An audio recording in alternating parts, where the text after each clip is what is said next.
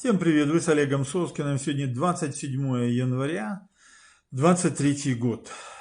Обсудим ряд очень важнейших событий и что они сулят украинцам, жителям других стран, которые смотрят мой YouTube-канал. У нас уже почти 86 тысяч. Спасибо, подписывайтесь, советуйте своим друзьям.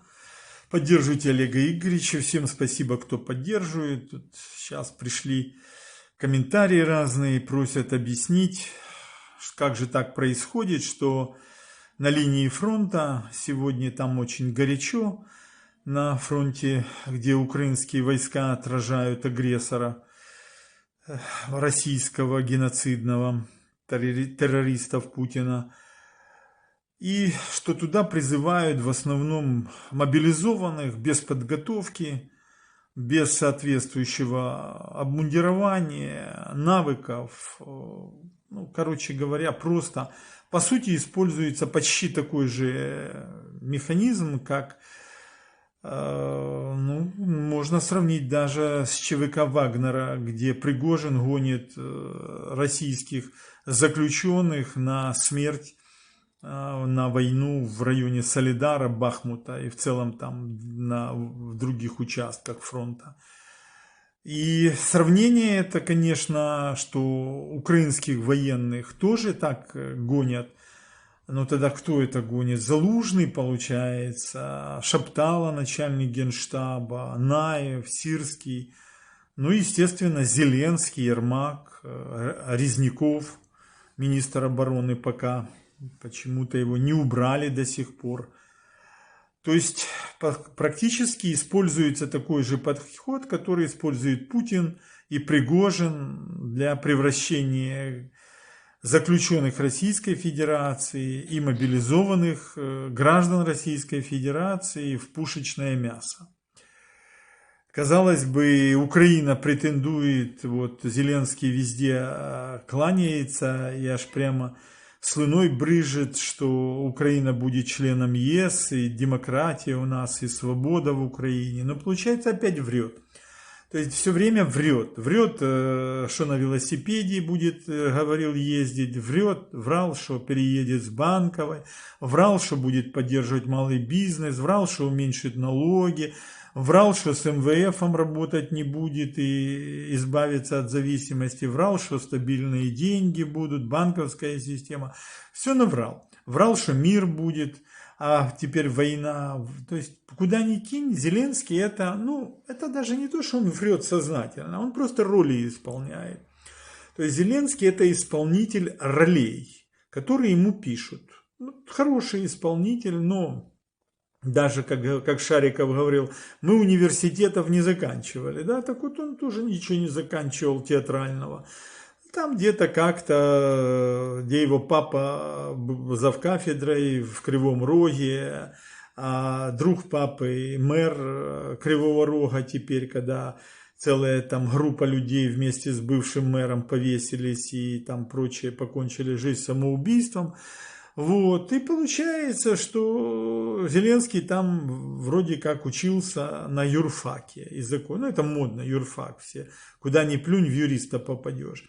И а потом стал развлекаться в КВНах там и прочее. И так развлекался, и потихоньку дали ему ресурсы и создали они это шоу под названием «Криворожский 95-й квартал». Потом Криворожский не стало. То есть жили они в этом, живут квартале, потому как Кривой Рог это такой город интересный, вы знаете его, он просто растянутый, как длинная кишка такая. То есть он идет вдоль, а за ним идут эти страшные карьеры, выработки, открытая добыча там полезных так называемых руд ископаемых. Город практически, это длина города, там уже скоро будет километров 150, если что, поправьте меня. То есть город, по сути, это не придатний до життя, такий створений штучний організм, в якому люди не повинні жити, тому що там умов для якісного життя, я вважаю, практично не існує. люди живут, и очень много, сотни тысяч привыкли, в шахтах работают, дышат этими всеми, так сказать, испарениями и прочим. Вот в этом городе и был так, появился на свет Зеленский, Зеленская и так далее, и так далее. Вот. Папа по 5-й статье даже сумел, которую имел в Советском Союзе, даже сумел побывать несколько раз в Монголии. И туда ж Зеленского тоже возил, да, в Монголию. И там известно, что там это типа буддисты, типа монастыри, типа там всякие шамбалы и прочие, так сказать, разные сообщества. Ну, ясно, шаманы там тоже в большом объеме. Там они, так сказать, занимаются разными обрядами, процедурами по улучшению здоровья, особенно в коммунистические времена, когда приезжали разные туда люди из Советского Союза и прочее, прочее. Наверное, Зеленский тоже прошел эту какую-то процедуру, потому как, видно, очень был мальчиком не совсем таким, скажем, который мог бы выдержать тяжелые жизненные испытания. Да? Вот Королевская когда-то рассказывала, что она очень любила, ее папа тоже на Новой Земле работал, там в шахтах уголь добывал. Она любила смотреть, что там у людей, мужчин в карманах, и всегда там давали лазить по карманам. Ну, что там Зеленскому давали, мы не знаем, но у них вот судьба такая интересная у всех. Вот такая у него как бы получается начальная фаза его развития. И сегодня вот человек абсолютно без знаний, без опыта, без театрального образования, это ему, без него, ему не помешало это создать вот такое феерическое богемно-театральное шоу, специально для карнавального общества, хлеба и зрелищ и прочее. Очень много, что он и в Российской Федерации выступал, и снимался, и на огоньках, и на разных тусовках, и принимал участие в разных закрытых группах, видимо, и для разных генералов КГБ в том числе, и других представителей разных золотых миллиардов. Вот, и не раз исполнял на бис, видимо, вот этот номер члена для пианистов. Может, даже вместе с Путиным. Путин на одной части рояля, а они с Кошевым на другой части рояля. Ну и прославился так. Ясно, что его записывали, и КГБ записывало, и другие записывали. Ясно, что он в разработке был. И он, и жена его, и и эти всякие там шефиры, и другие товарищи. Вот, так что это все находится в полном объеме, файлы про всю жизнедеятельность Зеленского, они имеются у Путина. Я думаю, что он их сейчас не раз переглядывает у себя там в бункере и думает, что ж ему делать. Когда он может это все, я вам уже говорил, обнародовать. Вот. Что такое дело? А вдруг возьмет, да и обнародует, что тогда будет?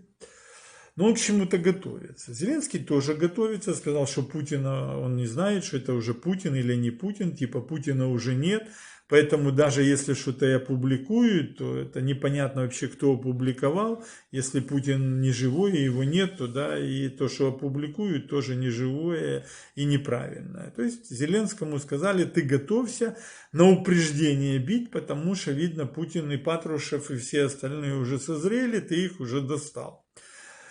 Вот такая у меня есть по этому поводу сентенция. Ну и смотрите, что как бы в этой связи получается. То есть вот этот конфликт, он разрастается между Зеленским и Путиным, и он становится уже полностью антагонистическим.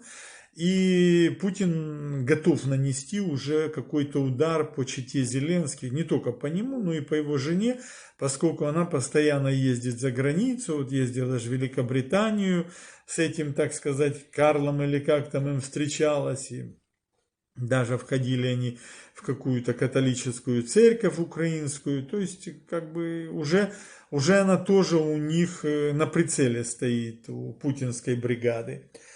И тут вдруг после того, как Байден сказал, что даст 31 танк, что 31, а не 301, или не 701, или не 501, непонятно, ну вроде как 31, то выступил Трамп, который неоднократно критиковал действия Байдена и его администрации. И он заявил в октябре еще, что риторика, тогда он говорил в октябре 22-го, что именно риторика американского правительства вынудила Путина начать спецоперацию. И вот, собственно, он и говорил, что если бы он был президентом, то ясно, что не было бы войны. И накануне 25 января США объявили о передаче Украине 31 танка М1 «Абрамс». Это где-то один танковый украинский батальон. Ну и, соответственно, тогда отдает танки и Украине «Леопарды». Так вот, в связи с этим, что заявил Трамп? Он заявил в своей сети: сначала танки, потом будут ядерные бомбы. Завершите эту безумную войну. Сейчас же. Это так просто. Я думаю, это очень серьезно. И это означает, что Трамп же имеет соответствующие материалы разные, правильно? И практически он предупреждает о каких-то очень важных, так сказать, последствиях этого шага. И практически он говорит о том, что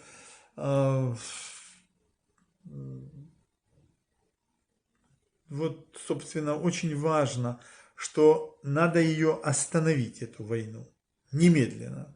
И сказал, что это просто сделать. Мы не знаем, просто, не просто, пока, как говорится, ничего ни у Байдена, ни у европейских лидеров стран разных, тем более у Украины и у Зеленского, просто не получается. А наоборот, она все более разрастается. И потери, которые скрываются сегодня Зеленским и Залужным и другими руководителями, Шмигалями, Резниковыми, министра обороны и прочими, они свидетельствуют, что эти потери огромные уже для Украины. И уже полностью, так сказать, ушедшими в мир иной и ранеными. То есть это, я так понимаю, что это уже где-то, наверное, 150 тысяч всех вместе. Особенно в связи с тяжелейшими боями в районе Солидара, Соли, Бахмута, теперь Угледара, Запорожья и так далее. Но данные скрываются, это незаконно, это антиконституционно, и те, которые их скрывают, вы будете за это отвечать рано или поздно. Все равно режим сменится. В Украине по-другому не бывает, но не будет. Поэтому вполне возможно, что еще придется Зеленский, если будешь так шмигалем вот это вести себя, Резняков, то еще будете иметь большие проблемы. Ермак никуда не удерет. Ермаку надо почитать биографию Бронштейна-Троцкого. Я думаю, что вот он очень как-то сейчас резонирует вот с Троцким. Вот у меня такие, как бы вот я смотрю на него, изучаю, читаю, и вот такие какие-то идут эманации, что он все более приближается к планиде Бронштейна-Троцкого. Может, я ошибаюсь, я очень хочу, конечно, ошибиться, но у меня такой есть какой-то вот такой, ну вот как министр внутренних дел был, да, Монастырский, вместе с руководством, Ениными, там, секретарем своим ГОС и прочими людьми, а уже его нету, то есть его же кто-то устранил, правильно? Есть такая модель, то есть уже говорят, ошибка пилота, как же может такой опытный пилот и какую-то ошибку сделать, да, если он сделал, это я помню, когда я еще давным-давно был, потом от Кучмы ушел, опять мы там были, немножко работали там возле Кравчука, вот, и там очень интересные были такие у меня люди, контакты разные, и вот мы там обсуждали такую тему еще тогда, это 90, там, какой год, боже мой, наверное, 90 где-то третий, вот, да, третий, еще я не был первым замдиректора у Пахомова в Институте мировой экономики и международных отношений по научной работе. Так вот, тогда говорили, что есть вот эти психогенераторы, которые очень легко направляются на человека или на где бы он находился, и он начинает, просто его вырубает, и все. И происходят какие-то трагические события. Вот я такое впечатление, что такое было что-то использовано. Ясно, что Монастырский, особенно в свете его переписки с Даниловым, которую тот немножко обнародовал, ясно, что у Монастырского были какие-то данные. Ясно, что он бежал, и бежал, остановка была в Полтаве. Вот, и вдруг что-то произошло, то есть была какая-то угроза, были какие-то предупреждения, но это все скрывается, да.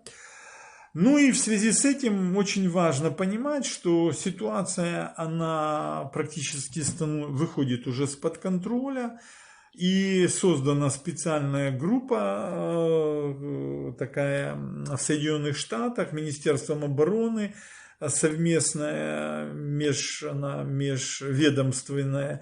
Министерство обороны, Госдеп и ЮС создали такую группу, куда входят в том числе следователи по уголовным делам.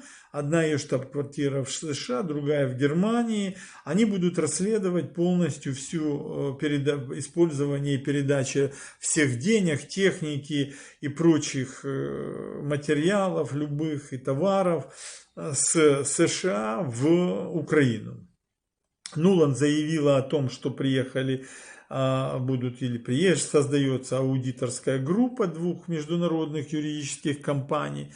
То есть начнут, видимо, проверять соответствующие траты Министерства обороны. То есть за Зеленского взялись конкретно, и за его окружение Ермака, Таранова, Резнякова, ну и всех прочих, за Шмигаля, конечно. И у Зеленского вот эти уже фокусы, которые он делал, там сальто-мортале, перекидачки эти, как он, артист, это делает, они разыгрывают то водевиль, то фарс, то триллер, то трагедию. Ну, по сути, это так очень похоже то, что сейчас происходит в Украине, вот этот фильм, как он там называется, «Игра престолов», да, или как? Вот фактически все время меняются эти фигуры, герои, роли, сцены, события и так далее. Это такой калейдоскоп, карусель закручивается, чтобы люди не понимали, что происходит.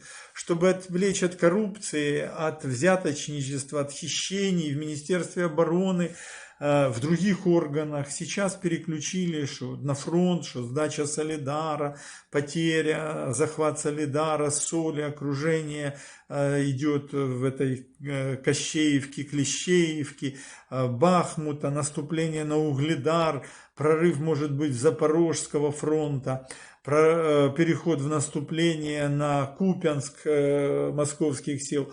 То есть мы видим с вами чехарду такую, игру специальную, которую делают люди этого Зеленского. Там вот Житков, ну то есть у них много людей, которые пишут разные сценарии, разные такие каламбуры, там разные пассажи и прочие всякие такие розыгрыши. Ну, для них это розыгрыши, а для десятков миллионов украинцев это трагедия. Но украинцы сами это хотели получить, сами на это согласились, сами стали участниками этого Зеленского шоу, этого зелено-желтого тумана.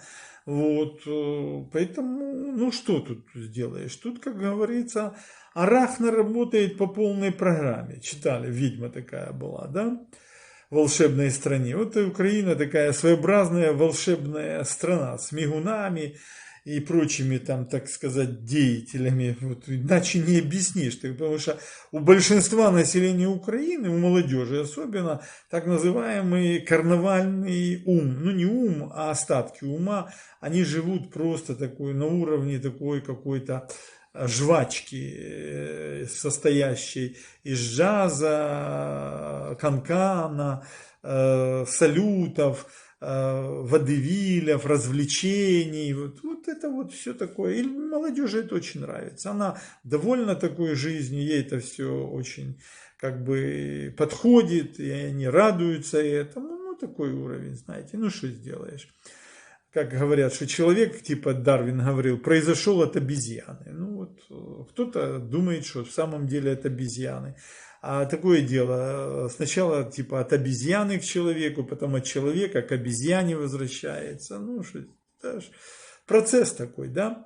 Вот такой бы я вам материальчик сделал, поэтому что надо ждать? То есть, фактически Нуланд сказала, что они готовы снять санкции с РФ, если они типа начнут какие-то переговоры и освободят территорию. Ну, территории украинские они, ясно, не освободят, а вот прекращение огня может быть, потому что Запад очень уже имеет большие опасения и возникли у него серьезные подозрения по поводу полного коррумпирования Зеленского, Ермака, Шмигаля, Резнякова и прочих членов их команды, что оно все прогнившее и просто, так сказать, Запад просто дурят, чтобы он давал все время деньги, а разговоры Зеленского про Путина, про Россию, это просто для отвлечения, чтобы еще получать больше денег. Ну и не дай бог это все сейчас начнет подтверждаться, то, конечно, ситуация будет очень плачевная для нынешней власти и тех всех людишек, которых он расставил на полевые обладминистрации. Это все незаконно. В парламентско-президентской стране это все незаконно, это все узурпация называется, нарушение Конституции. За это надо будет отвечать. Поражение в правах мужского населения, концлагерь, нельзя выезжать с Украины. То есть это очень, очень все опасные вещи, и, видимо, это уже лавочка, шарманка, вот эта, она уже близится, добегая к конца, и будут очень серьезные последствия для всех, кто эту, так сказать, вот эту карусель кровавую выстроил, и кто ее все время питает и поддерживает. Поэтому вот, дорогие мои мальчики, девочки, кто меня смотрит, не будьте участниками этой кровавой карусели. Выходите с нее, слазьте с нее, не молчите, высказывайте свою точку зрения, потому что на кону стоит ваша жизнь, ваших близких, ваше будущее, а его практически нет. И последние события 26 января, 70 ракет по Украине, сбили только 47. Поражены серьезно энергетически оставшиеся объекты, и те, что были уже раньше, поражались. Информация о реальной ситуации скрывается, везде идут отключения. Вот. Удары будут дальше наноситься. Путин будет бить, пока не добьет всю электросистему энергетическую Украины. Вы с Олегом Соскиным. До новых встреч!